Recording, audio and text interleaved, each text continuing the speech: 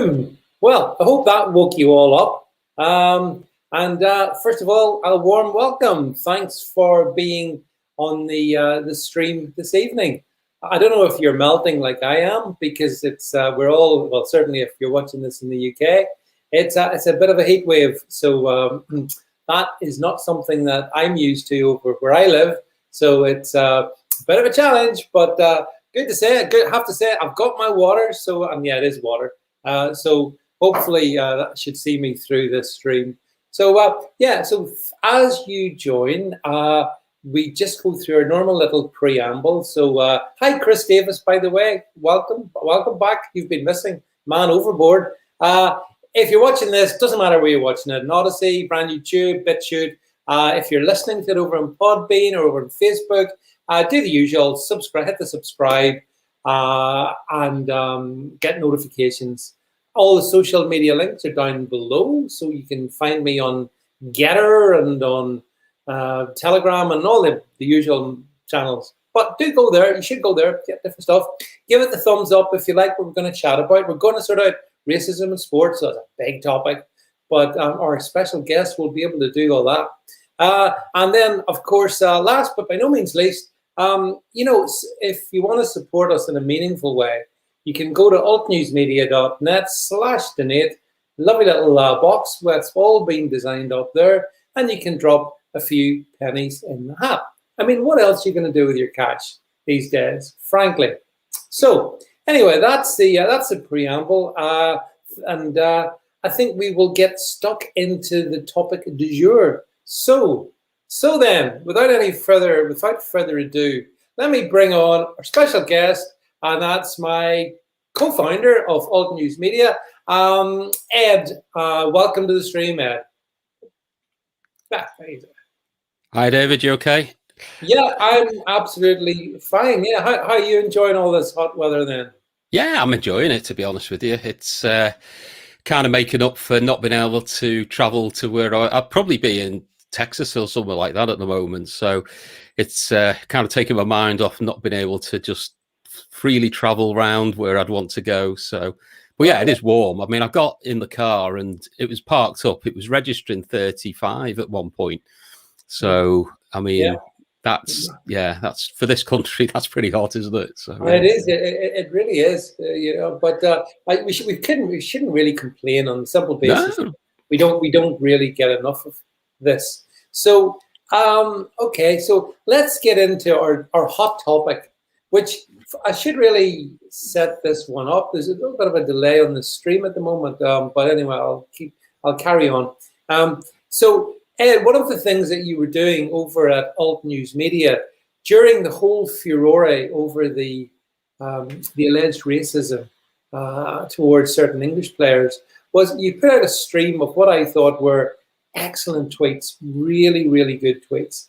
And so I thought it would be really good to come on and just amplify some of the things that you were saying. To put it all in context, Jed, just bring up the first image, Ed. Now, this is just something that, of course, put it all in context. Do you remember, this is only a week, it seems much longer, when the Boris Johnson, our Prime Minister, condemned the appalling racist abuse of England players. And this was obviously, Ed, you could probably pronounce their names better than me, but Saka, Rashford and Sancho were all targeted by, if you believe the media, a multitude of English racists in football having a go at them just because of their skin colour. Not to do with the fact they missed their penalty. No, it's in there. So we got that. And I guess that's the context. So what was your take on all of this racism in football in particular, which is one of your favorite sports, I know? Yeah. So I think from my perspective, I was away. I had a little trip away, and I was kind of watching all this unfold from afar. And as someone, I've gone to the football all my life. I'm a season ticket holder, and I watch Liverpool and have done for many years, since I was knee high to a grasshopper. And, for probably 30 years, I haven't witnessed a single problem with racism in football. Not one. I cannot I can hand on heart say there hasn't been one. And what I, like any football fan that actually, I'm not talking about the Sky generation, but the ones who actually go and the fans who've been going for years. What I like about it is you stand next to people or sit next to people, and it doesn't matter what their views are, anything about them. You're all on the same side, and you're all in it together, and you're all pulling in the same direction. And I think what we've seen creep in is the attempt from political people to latch on. I don't think they've ever liked I don't think the political class have ever liked football, if I'm really honest. I think they've always had it in for football. They kind of look down the nose at football. And I kind of got the feeling they were writing the stories before the facts came along, because, as I say, there isn't a problem. There genuinely isn't a problem. You do not see any issues whatsoever at football. You might get across the season a handful across all the Premiership clubs of incidents. These are one, maybe two people, which probably is less than society at large. So what it felt like was a concerted effort to kind of target and smear and politicize football and football fans. And it kind of makes you think, why would they want to do that, and what are the motives? And we can probably talk about some of that later on.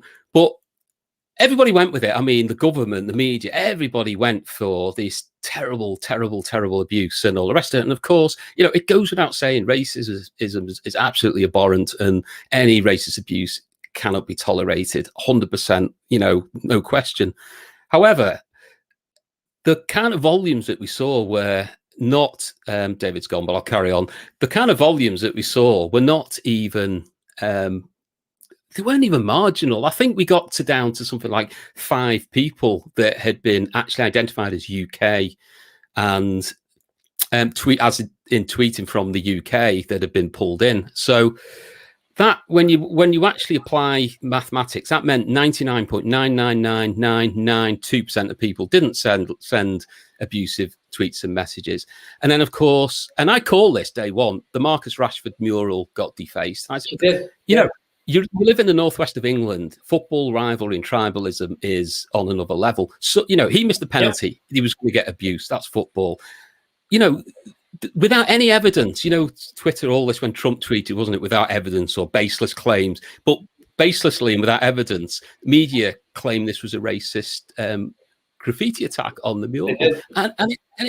And the police knew it wasn't. They obviously knew it wasn't, and let the thing run for 4 or 5 days before saying, well, actually, yeah, it wasn't. It's just some teenager, and just writing some abusive graffiti, which is so this whole thing has been blown. To say it's been blown out of proportion is an understatement. It's been massively blown out of proportion, and actually it has the opposite effect to what anti-racists might want, in that we should treat all the footballers the same. They deserved abuse for missing the penalties. I mean, Rashford's showboating penalty deserves stick from football fans. But we've got this message of you can't criticise the players that aren't white. And that straight away is a problem as a sports fan, because that's just the game. Equality is equality. If you miss a penalty, you're going to get some stick.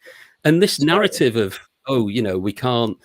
And so I just found the whole thing immensely frustrating.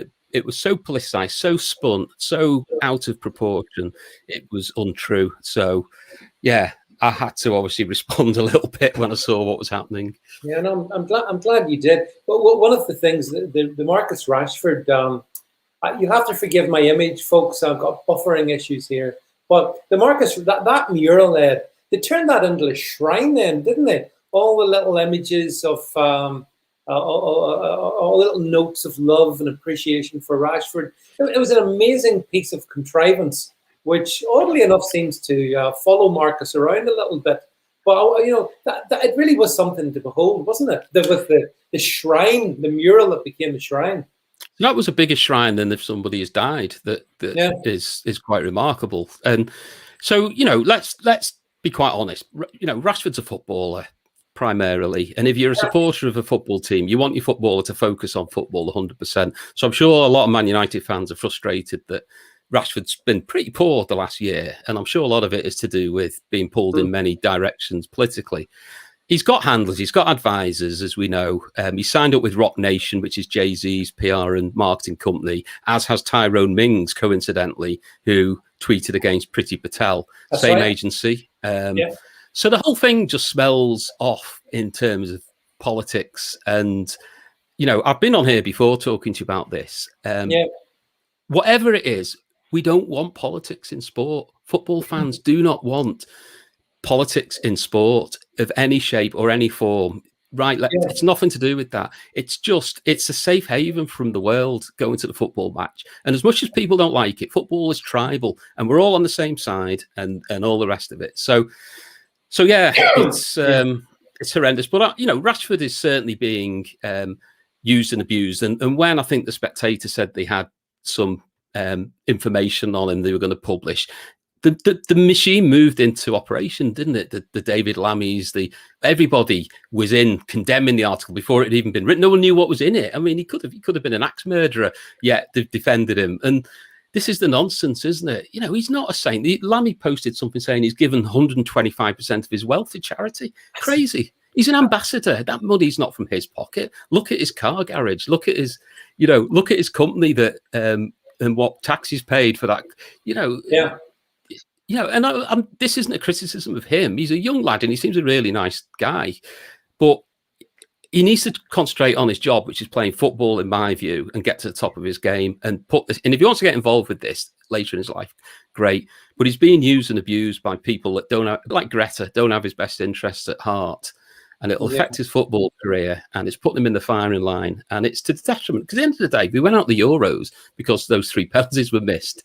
And we fetishize those people as the heroes. I mean, EE or BT had a big banner up saying the 3 lions, and it was the 3 penalty people who missed the penalties. You think, well, hang on a minute. If you're Jordan Pickford, who was brilliant for the whole, or Sterling or Harry Kane, how insulting is that? The 3 failures are the ones who are. We've got this victim hero worship thing going on, or this, you know, failure of fetishizing a failure. So yeah, sorry, I know that's a lot of rant off me, but I do feel strongly about it because we are the force in politics into football, and I'm just so against that. I really am.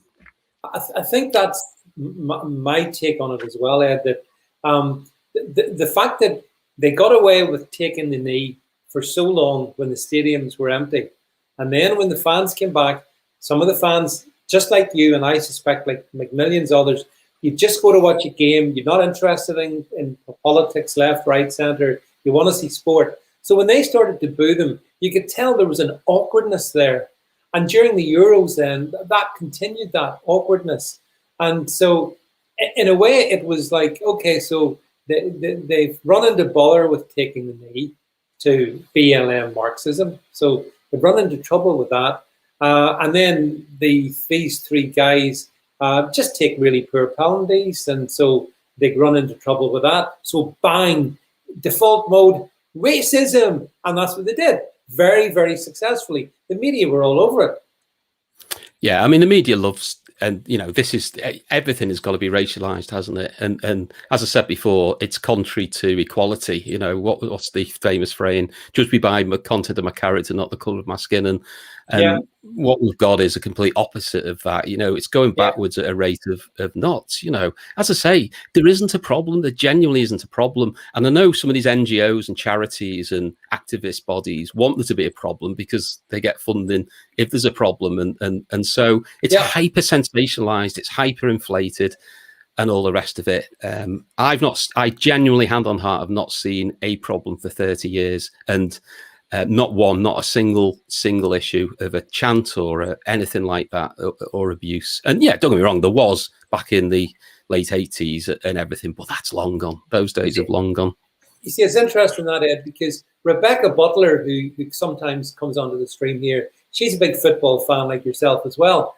And she says exactly the same as you say, that there hasn't been an issue in football now for many years, and you got to go back to the darker days of the 70s or maybe 80s, and football's really cleaned up its act. So to demonize English soccer fans as, you know, as essentially racist was pretty low blow. But then there was that issue about the actual origination of the tweets themselves. Anyway, I mean, I don't know what you reckon about the fact that the police were able to track down, I think, a couple of individuals within 24 hours. Meanwhile, grooming gangs go without any hassle from the police at all. But most of the tweets didn't even come from the UK, did they? No. I mean, it was a number of different platforms. I think in total there were 100 and something, but I think 70% weren't of UK origin or couldn't be traced. And this was data from left-wing organisations who normally would amplify. So even that is probably over the top. Who knows? But yeah, I mean, again, incredible. It was, this was priority number one on the news cycle for 4 to 5 days, and faces of people, broadcast, and is all the right, all the police, get off whatever job you're on. This is your priority. And at the end of the day, all right, emojis and unpleasant or whatever, but these are tweets. There are every day on Twitter you see violent assaults and people getting beaten to a pulp and all the rest of it. And we've kind of got to this place where, stuck sticks and stones. What happened to that? Where tweets and things are suddenly prioritized higher than any other crime, and that's wrong as a society. Again, that's wrong. But I say it's not a football problem. Anyone who's racist the law is clear about it, and they need to be dealt with in the law. There isn't a disparate problem in football over society, and you will never get rid of it. Taking the knee, the people who are racist, actual racists, aren't going to change their mind because a load of people are taking the knee. They're just, I've changed my mind. It's crazy. The whole thing is ridiculous. Yeah, and what really irks me about the knee thing is they know that it's causing division. And that's what worries me. What's the end game here? Because they know it's split the fans, and a lot of fans won't boo because the clubs have threatened to ban season tickets and for life and things like that. Yeah. So more people, trust me, disagree with it. People who sit around me for all different backgrounds, nobody agrees with it, but they won't boo because they don't want to lose. They've been going 40, 50 years. Some of these people. So they've got to bully people into accepting something that they know is divisive. Now, if they all stood up and linked arms, no problem. Everyone would just applaud. There'd be no, but it's linked to everyone associates taking a knee with Copernicus, whatever his name is, the guy in America, disrespecting the national anthem. It was adopted by Black Lives Matter, the Black Power hand. So all that is political. And it's like saying, oh, well, what they're trying to say now is, well, we don't mean it for that. It's like saying, well, we're going to do Nazi salutes. It's not what Hitler was doing. We're doing it because it means something else to us. It's that argument. It's crazy. Of course, it's linked to that. And why not just do something that all the fans will get behind? Why continue to divide people? And I think there's obviously a bigger agenda at play here.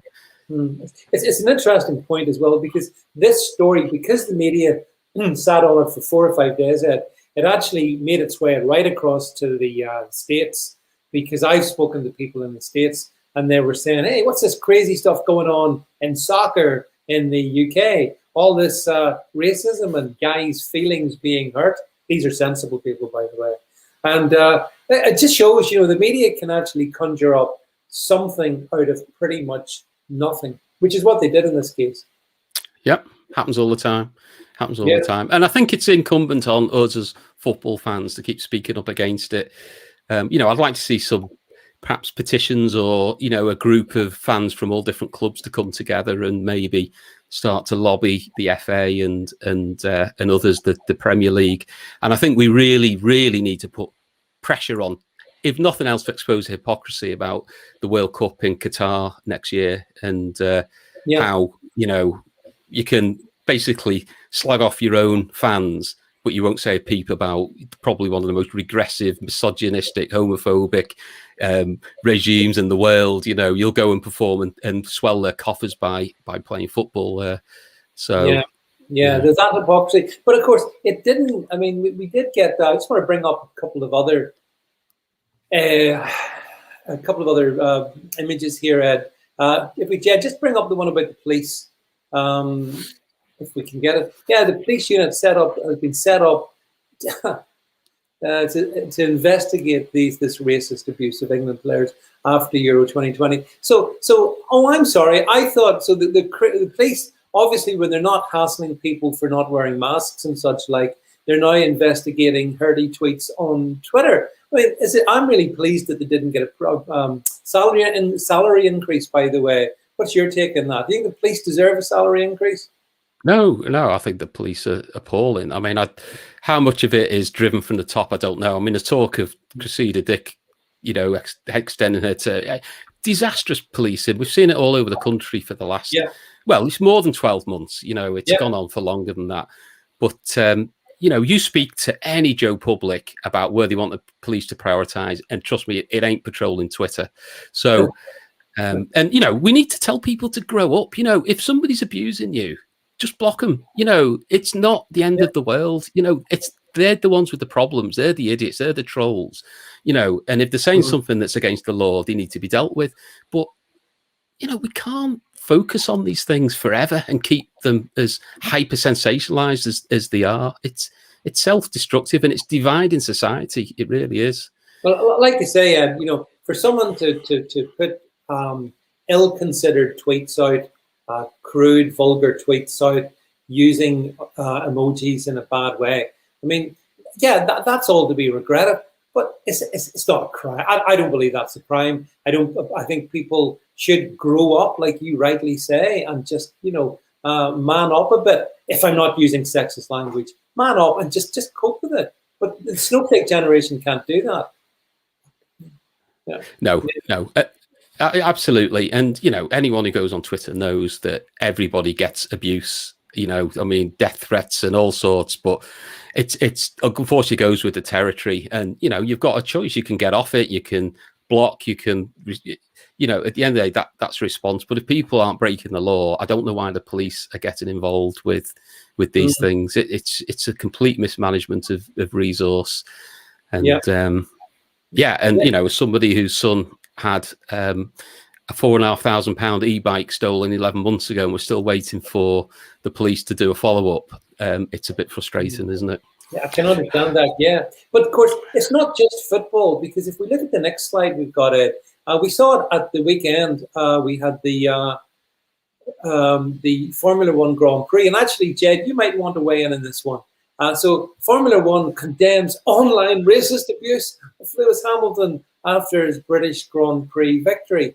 And it's like, Jed's a big fan, Ed, of Formula One. So he's probably in a good position to weigh in on this one.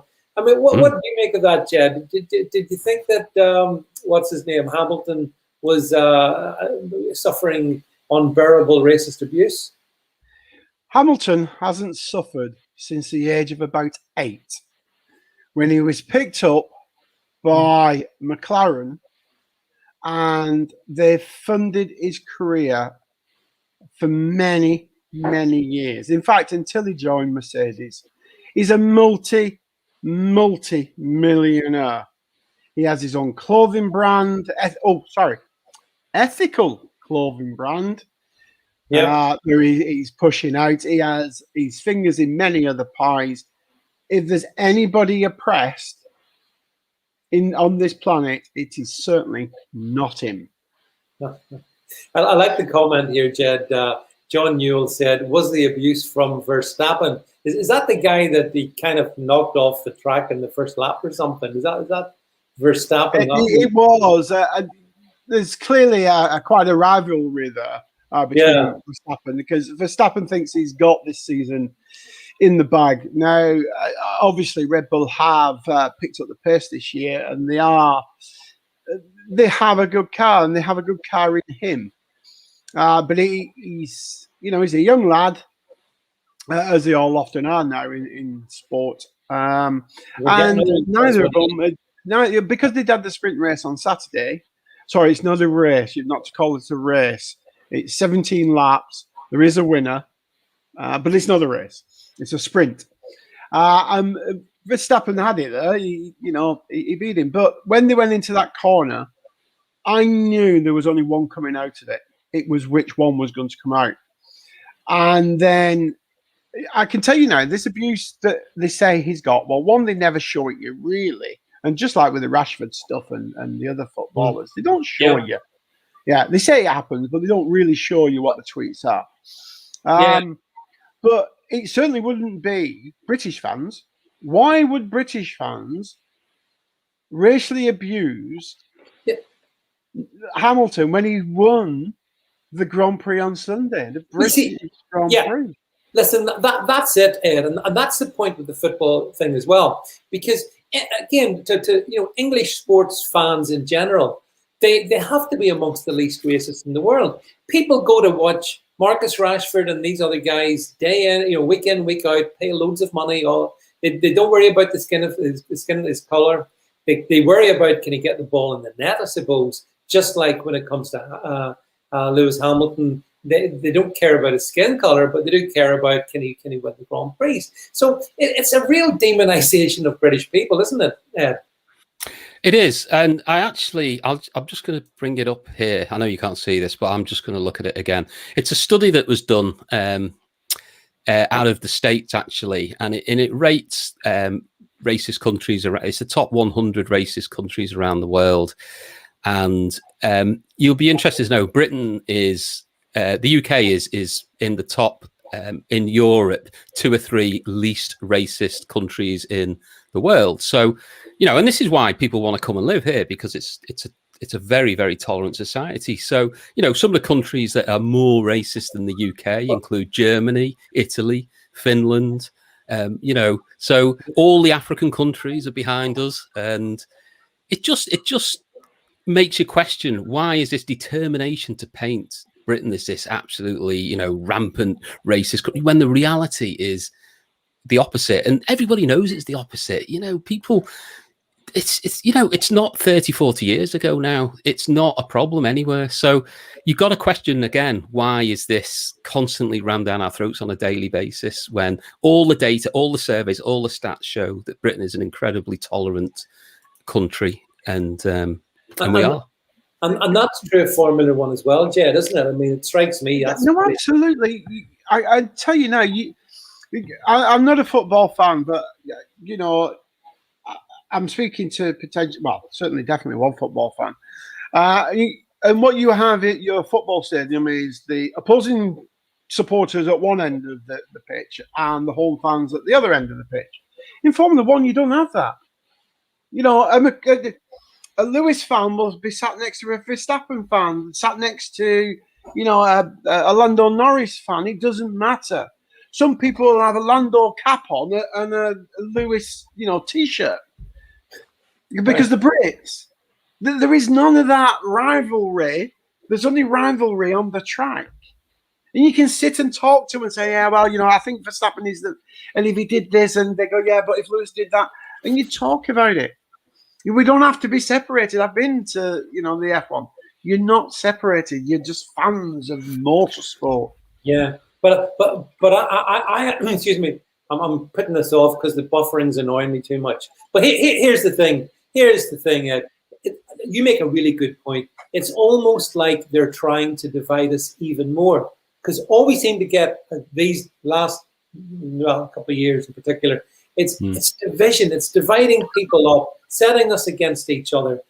And, so it is disturbing. Why would they use an occasion like the Euro final, which was a big achievement for an England team to get to the Euro final? You get that far, and then what comes out the other end of it? This tirade about all these, theoretical racism, which infest the game. Why would someone push that narrative, do you reckon? Well, I think there's an obsession from.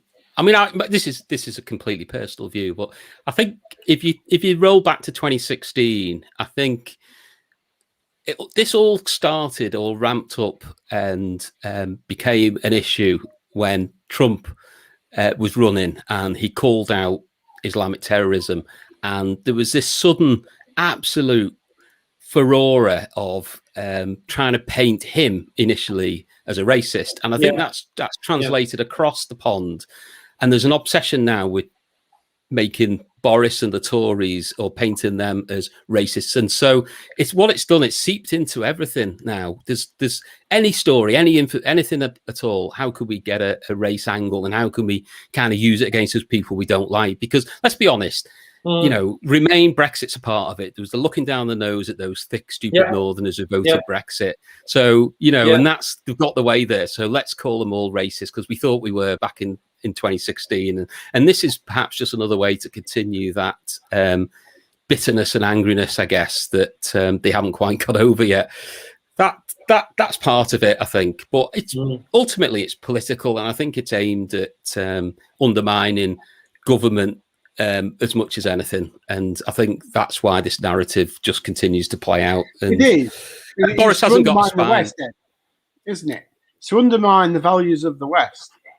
That's true. And unfortunately, we've got a leader without a spine that doesn't seem to push back. I mean, there's so many open goals to push back on the people making the accusations, and for whatever reason, he just doesn't seem to counter it. He just lets it all ride, and actually joins in. Worse than that, he actually joins in. That's it, Ed. I mean, and Jed, the issue here for me is that the senior Conservative Party figures like Johnson, for example, they were all over this, wringing their hands and we got to fight these awful racists. As you say, Ed, no spine, and it doesn't have show. Yeah. And, and I think the people that voted, the Tories really made a play on some of these things like immigration, that, and and have actually turned out to be probably worse than Labour were when they were last in. So, so there's just all sorts going on. It's a very turbulent time. There's a lot of anger, a lot of resentment flying around. And, what you've got to remember as well, with football, as I said before, we're tribal. We are, as much as we want to deny science, it seems these days, we're tribal, we're animals. So we do go into groups and we don't like people. And football allows that escapism. So we're all on one side and the other team's all on the other side. And what you've got to understand is for the last 120 years football's been around, people do anything to get under the skin of the opposition, to get a rise. They'll use things that they think will really needle them or irritate them or anger them, and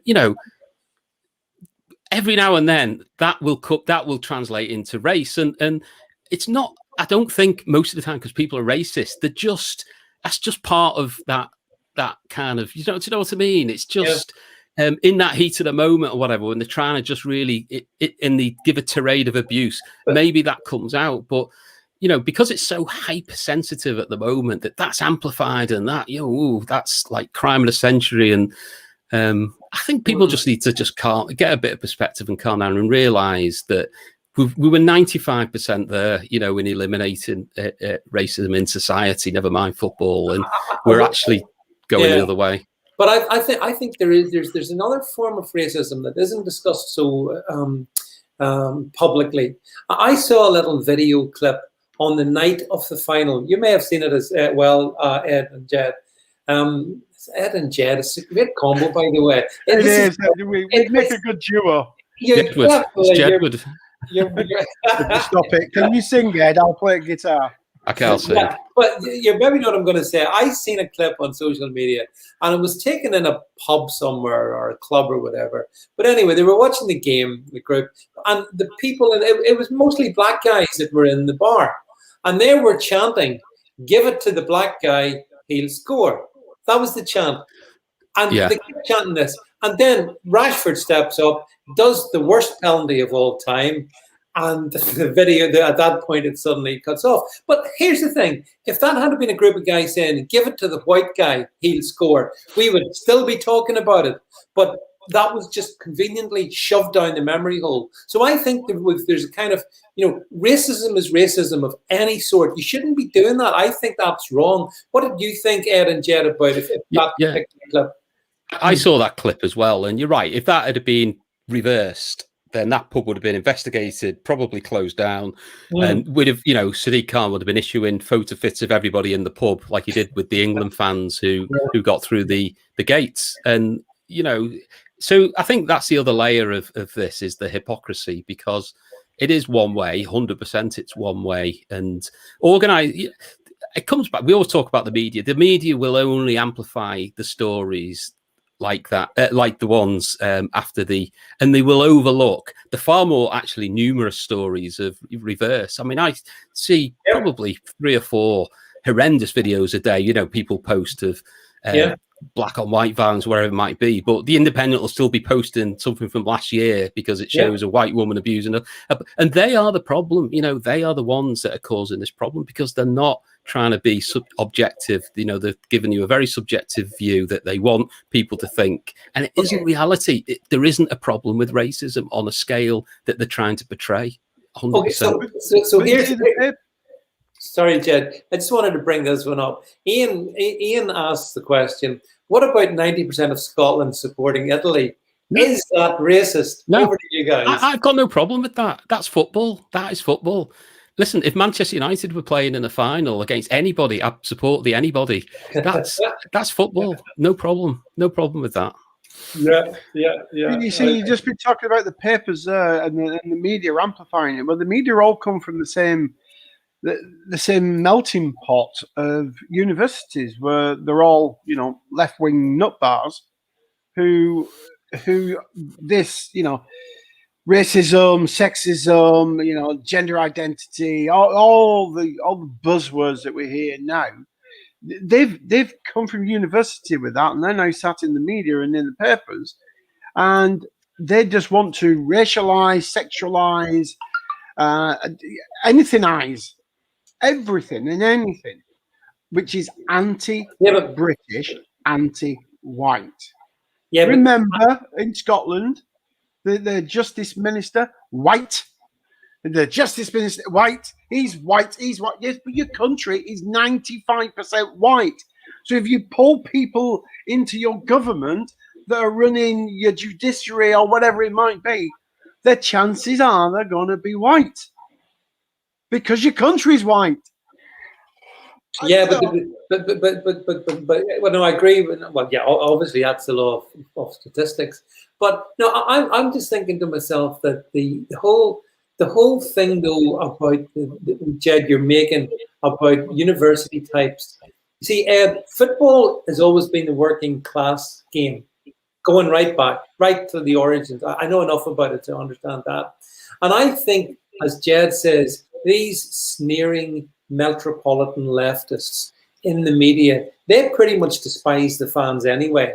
They caricature them as kind of Neanderthals out for, you know, for lager and a fight. So I think there's truth in what Jed's saying. The media itself does not look upon football favorably, unless it's the American ladies Olympic football team, which catastrophically lost 3-0 to Sweden last night.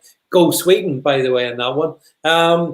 That's because, of course, the American women's football team is mega woke and most of them hate the United States. I don't know. Did you see the imagery out of the American ladies taking the knee in that game? Well, you see, David, you seem to forget the American ladies football team lost because of patriarchy, apparently. No, they lost because Sweden's a better team. Well, I'm doing yeah. But they also lost to the under-15s as well, didn't they? When they played the under-15s. They did, yeah. But this is the thing. You see, I think what I like about football, as much as I do like it, is it's not particularly woke. And it should be just a good contest. And rugby, which I'm a big fan of, sort of similar, but there's a definite determination there to inject the sort of woke politics into it, you know, in whichever which way. Actually, even, I may as well say this one is in my head. The commentary, why is it that women have to commentate on men's football? Why is that? I don't know. Come on. You've put hand grenade on the table. What can you say without? I don't know. I don't know. I think, you know, because of my diversity. That's why. But we now have to have representation from every group, no matter how big or small. And they'll go, well, women make up 50% of the population. Well, that's fine. It doesn't mean they know about football. You know, just you know, some women. To be fair, some of them are all right, Jed. I don't have a massive issue with it, if I'm honest. But some are all right. What made me laugh though was the BBC kept describing the Euro finals as the men's Euro final, as though, you know, oh, glad you cleared that one up. You know, there might have been 25 million people watching the women's final. I don't think so. Yeah. But yeah, it's like when they sacked Matt Letizia and the rest on Sky because they were, but actually they were good. They knew the stuff. The skin color or set, it shouldn't come into it. It should be whoever's best. It's the equality of outcome kills everything. It's got to be equality of opportunity and let the best people do the job. And actually, those people really good. It's like Clive Tilsley got booted, didn't he? And others because they're older and white and all the rest of it. And actually, it's to the detriment. I mean, I put the radio on and they were talking about football, and the guy on it couldn't string his sentences together. He was hardly coherent. And that isn't a step forward. That's just, okay, you the guy you're giving your 100 grand diversity job to at the BBC gets a pat on the back, but actually the quality of your output has just dropped. So it's not about the skin color or anything like that. It's about who is actually best for the job. And it's like to say with anything in life, in my view. It is, Ed, but that's not how they're doing it. And I know. No, it's not. That's why we end up with, even taking it away from sport, because in between the sport, we've got adverts. Every single married couple in this country now are mixed race couples. If you look at the advert, they have, mixed race children. The only time you see a white person is a white woman or an old AOAP type white man. You don't see a middle-aged white man or a young white man. Actually, now the sort of middle-aged white man is portrayed as the bumbling idiot a little bit that needs things explaining to him, or is a bit stupid. A bit like your cartoon character there, isn't it? Peter Griffin or Homer Simpson, or that's the portrayal of the middle-aged white. Don't you ever go at Peter Griffin? but I just think that the more we can keep wokery away from sport, the better. But the difficulty is that if it's going through the medium of the TV, I don't see how you can avoid that. They will inject it. I mean, the amount of nonsense talked about taking the knee by the Gary Linegers of this world is it's off the radar. All garbage, makes no sense. They all deny the reality of what taking the knee represents. Yeah, but it's Brexit again, isn't it? If people are saying we don't like it and this is why, and but you're just stupid idiot, thick race. It's the same mindset again. And we're going to keep on doing it and keep on doing it because that's you're wrong and we're right, and that's that mindset. It's and that's why I think we as fans need to strongly push back. All fans from all clubs. Do you not think it's going to destroy sport? Like if you look across to the States and you look at like the NFL, for example, which is mega woke, their viewing figures are through the floor. I'm sure. I say we have City Tone on that. He can confirm this. No, you can't ask him on because he said go Manchester, so he's in my bad books now. He really hits Liverpool. But stripped off your UNESCO status, by the way, I just should point out.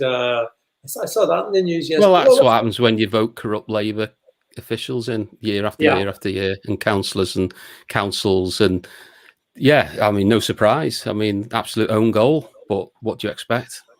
Well, at least it was a goal. If Marcus Rashford was taking it, it wouldn't even. Oh, we made another Marcus Rashford joke. But So look, I think the punchline in all of this is that British sports fans, be they F1 fans, be they football fans, be they rugby fans, they're some of the best, most sporting-minded individuals in the world. Yes, there's tribalism, as you say. Of course, there's tribalism. Totally understand that. And I know they like the intense tribalism between Liverpool and Manchester, or Arsenal and Tottenham. Yeah, but that's we like it. Leave us alone. We enjoy it. You know what I mean? Well, leave us alone. Stop getting involved. We like that. That rivalry and giving each other abuse and that tribalism. What's the issue?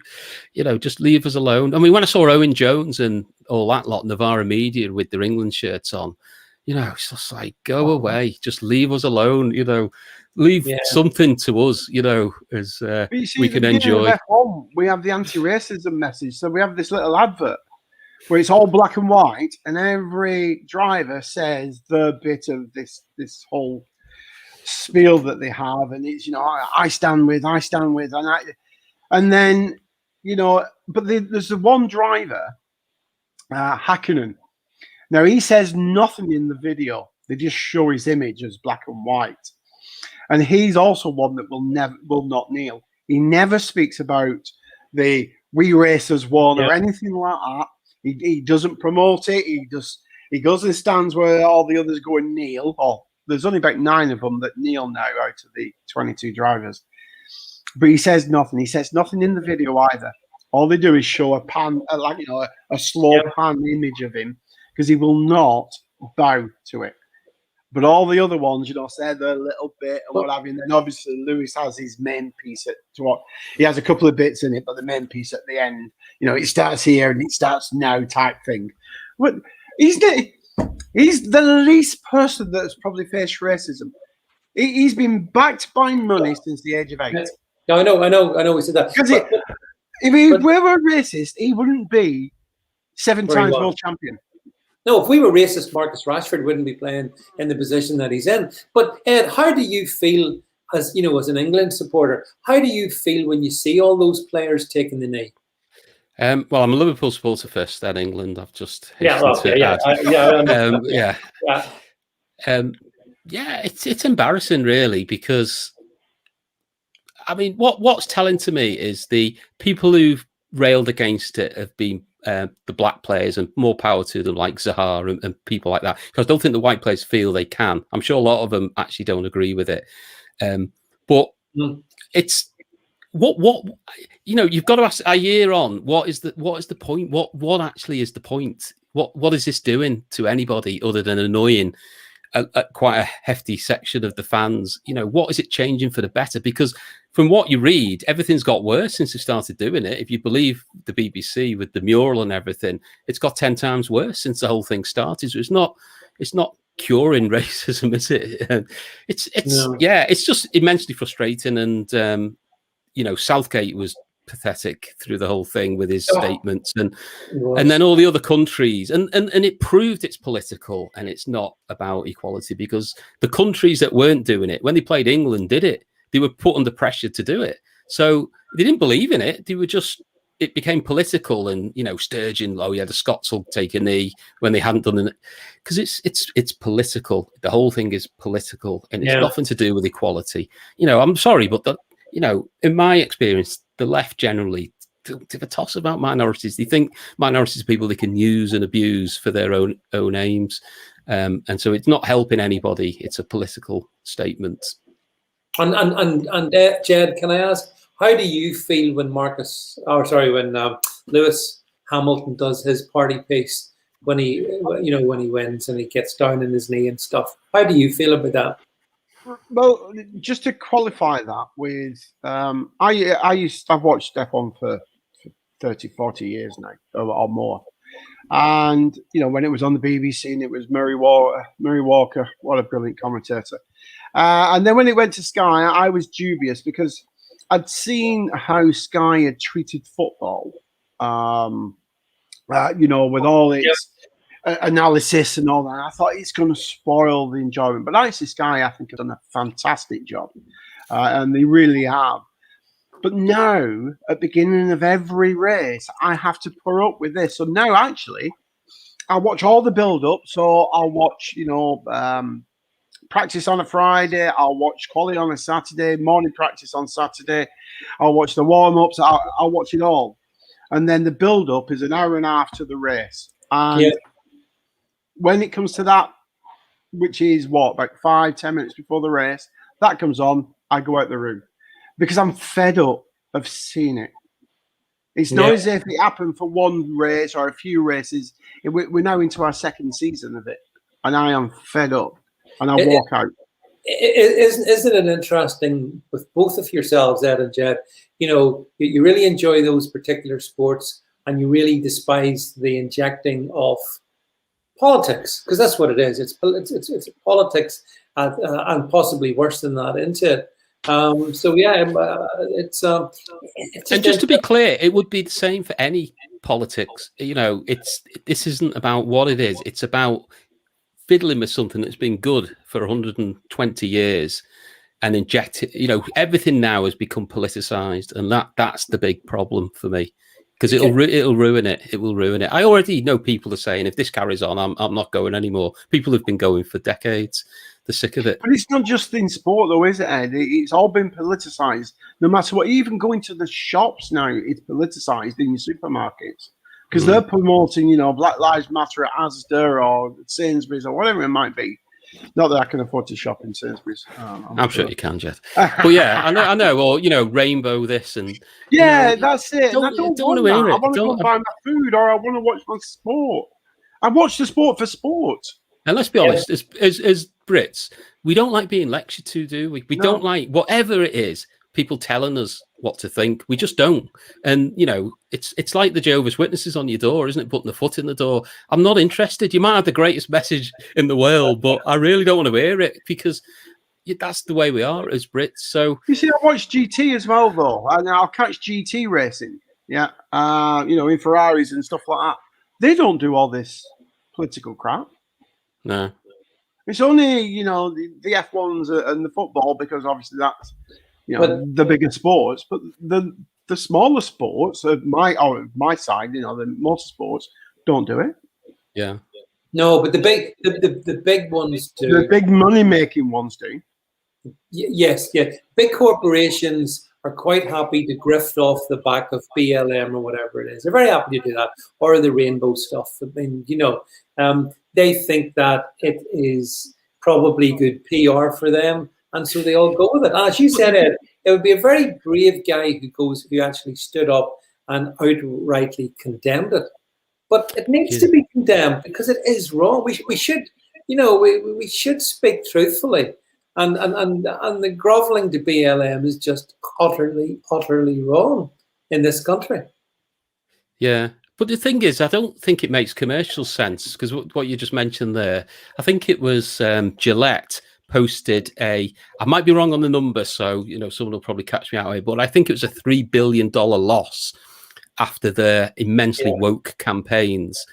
You know, sales plummeted and they posted a huge loss. But the CEO came out and said he would do it again because it was the right thing to do. Well, I'm sorry, you know, but if you're a shareholder or you're in business, you know, Yorkshire Tea have now going from the enemies of the right to the enemies of the left because they've got embroiled in political arguments online. Yeah, you know, I know you've run business there. You know, I would not get involved. You know, just do, you know, sell tea. That's what you do. Don't start Ben and Jerry's. You know, we're not going to sell to Bits of Israel or whatever. This is insanity. You know, and what's happened to these board members and management teams that they're suddenly alienating parts of their customers. If you say nothing, you're not alienating anybody, so you're not going to be suffering. I just don't get it. It doesn't make commercial sense. You see, these board members, you know, are probably in the 40s, 50s, maybe 60s, and they're being advised by the people that have just come in from university. Yeah. You know, the lower down people are going, oh, yes, boss, you know, you should be having a stance on Black Lives Matter, or you should be having a stance on, you know, rainbow this and transgender that. And, you know, we need an ice cream that screams transgender. And they're going, oh, is that what the kids are into now? Yeah, well, we'll have that. These board members really don't know what they're doing. But the bottom line is, if I was a shareholder, I'd be voting them out. Because I want maximum profit, which is maximum customers. Can I just wanted to bring out, didn't want to let this one. We have Donny Girl all the way from Hawaii on the stream. It's good to see her. She makes a point. She's glad that the US women's soccer team lost. Is that bad of me? And then I love this comment. Donny Girl, were they all genuine women? LOL. Quite right, Dave, because as we know, there's really no doubt. I mean, you can identify as either or none of the above at any point in the 24-hour cycle. Well, that's the answer, isn't it? They just need to draft a few men identifying as women in for the next game. And we're going to see that in the Olympics. I mean, we've got this Japanese Olympic. Well, I'm not sure even it's still going to happen, but whatever happens anyway, there's some interesting competitors in that one, which we probably we're not getting into that topic just yet. But so it's. But what a sad state of affairs that people are wishing their own country loses because of what they're doing. I mean, if that doesn't speak volumes for the kind of folly this whole thing is. Then nothing does. That people want their own country to lose. I saw a news piece. Sorry, David. I saw a news piece where an American news was saying that they were talking about the women's team losing and how it was patriarchy's fault that they lost. But also part of this news piece was they brought up a stat where it said the women's team in one season scored 13 goals. Yeah, the men's team in all the seasons have only scored 12. So therefore, the women's team should be paid more because they scored more goals, so they've worked harder. But it didn't comprehend that the money generated, which is how they pay what they pay their players, is generated from TV revenue and ad revenue. And if the women only bring in, because they were saying the average American football, they call it soccer, of course, football player is on something like $300,000 a year. The average female football player is on $90,000 a year. And that's unfair because they're doing the same thing. And then that's where they brought up the goals. But they don't seem to realize that the men's sport generates billions of dollars in revenue and the women's sport does not. So you can't take, we've only got 1 billion and we need to spread it around 100 teams and we can only pay you $90,000 each, where we've got 20 billion around 20 teams and we can pay you $300,000 a year. But this is where, for some reason, media, whoever, nobody seems to push back against this nonsense. It's like me saying, I'll go and sing at the karaoke and I should get earned the same as Liam Gallagher and Oasis. You know, I think you should. I've heard you. It's insane, isn't it? It's absolutely insane because you'll get 300, 400 people at a women's soccer match. You get 60,000. You know, it's obvious why you can't, or to bankrupt the sport. I mean, it's just nonsense world we live in where people just come up with the most ridiculous statements that make no sense whatsoever. Oh, yeah, but this was on the news. I know. Well, it was on one of these news type programs where they have a live audience, and the audience was clapping when she said they should be paid more because they scored more goals. Well, hang on. But play football to a level that you fill the stadiums with 50,000 people, and then fine, no one will object. Yeah. You know, but if they did that, the money would be there to pay him $300,000 a year as a player. But the money isn't there to pay him that. It's just who's going to pay for it? Just ask them who's going to pay for it. Yeah, you know, there isn't the cash to pay. Yeah, it's well, I think we just introduced economics into the discussion, and as somebody observed here, City Troll said, Marxists don't understand economics, Jed, and that is the issue. A lot of the most fervent people pushing for equality haven't got a clue about economics. Anyway, I think we need to wrap things up, folks. Hang on. Donny Girl says, I was a sprinter in track and field. I always look forward to watching. No, I don't care. When is the opening ceremony? I have no idea. When is the opening ceremony? Interestingly, the director of the opening ceremony was fired because they dug up an offensive joke he made 23 years ago. So I'm not sure about that. It might have happened already, but the offence archaeologists managed to dig up something he said 23 years ago, and they had to fire him the night before the opening ceremony. So yeah. But you see, Ed, and I saw that as well, and it was quite a big story on Talk Radio today. But what you're going to find is all these people, we now have generations that have grown up, been born and grown up with the internet. And what they're going to find is more and more these archaeologists are going to go through the past, dig things up to get on fire, to whatever it might be. And you're actually going to find that people are going to start going, I don't want a profile online. Because that profile online is going to come and bite me in the arse 10, 15, 20, 30 years down the line. Yeah. And I'm going to lose the career I've built because of something I did, when I was 14 or 15 year old or whatever it might be. And I think you'll find the more that this happens, the more people will start going, hang on, I don't want an online profile because I don't want it to come and bite me when I'm a married person, with a career that I've built over 20, 30 years. Yeah.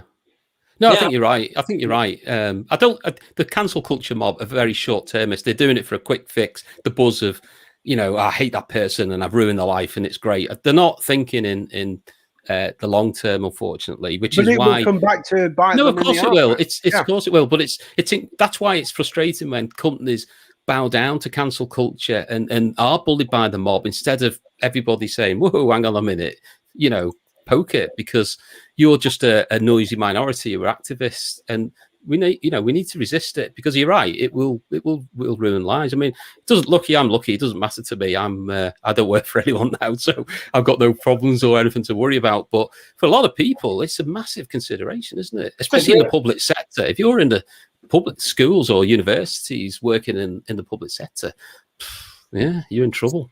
I think, yeah. But having said that, for young people not to go on social media, I think it's very, very good advice. They can equally invest their time in better pursuits. The only downside would be potentially they wouldn't get to listen or watch us, because I have to say the hour has gone by, folks. So we're going to have to wrap this one up.